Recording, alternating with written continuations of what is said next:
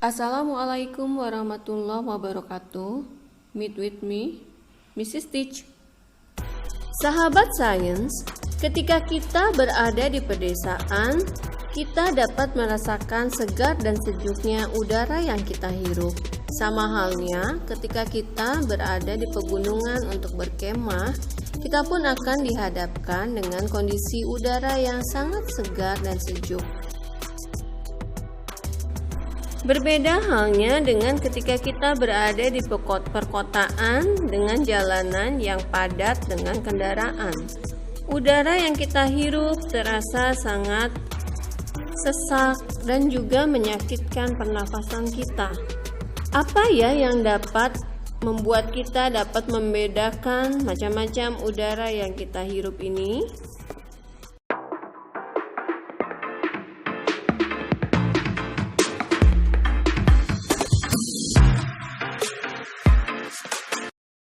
Allah Subhanahu wa Ta'ala menciptakan sistem pernafasan untuk kita semua agar kita dapat menghirup udara di sekitar kita.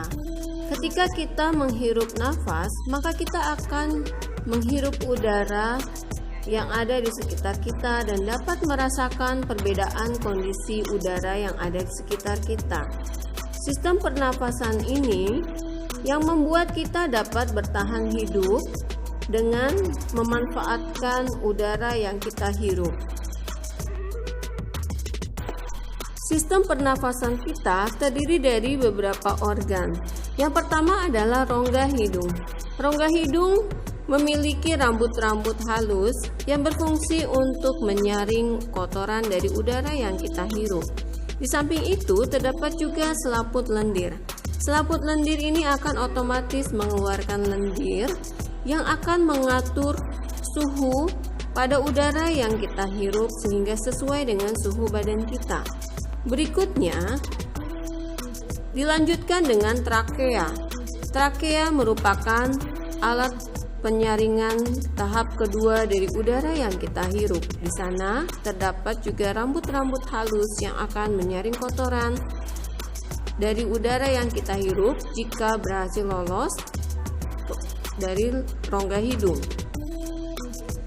Kemudian trakea bercabang menjadi bronkus dan bronkus bercabang menjadi bronkiolus.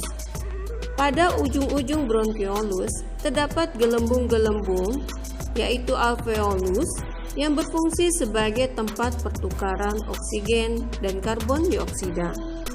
Pernafasan pada manusia dibagi menjadi dua. Yang pertama adalah pernafasan perut dan yang kedua adalah pernafasan dada.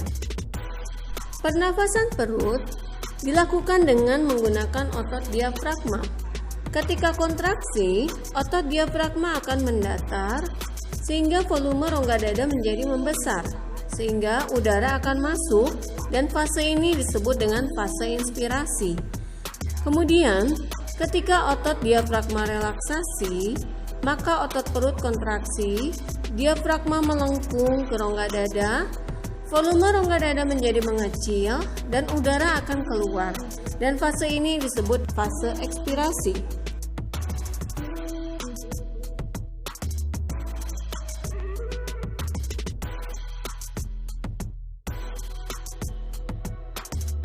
Yang kedua adalah pernafasan dada.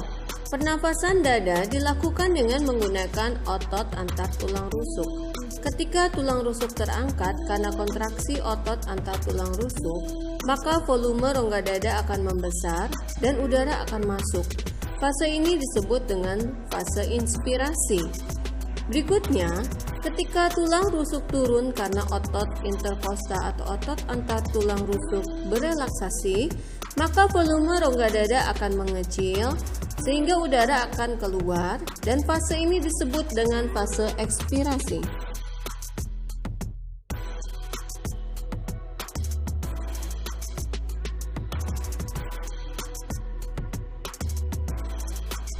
Sahabat sains, frekuensi pernafasan pada manusia 15-18 kali setiap menitnya.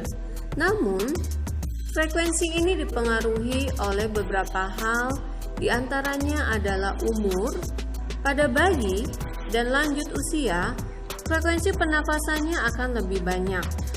Kemudian yang kedua adalah jenis kelamin, di mana pada wanita lebih banyak frekuensi pernapasannya dibanding pada laki-laki. Yang ketiga, suhu tubuh. Semakin tinggi suhu tubuh, semakin cepat frekuensi pernapasannya. Dan yang keempat adalah kegiatan. Frekuensi pernapasan akan lebih besar pada orang yang sedang aktif berkegiatan dibandingkan dengan orang yang sedang duduk atau tertidur. Sahabat sains, kesehatan organ pernapasan kita sangat dipengaruhi oleh kualitas udara yang kita hirup. Oleh karena itu, marilah bersama-sama kita menjaga kebersihan udara agar organ pernapasan kita dapat terjaga kesehatannya.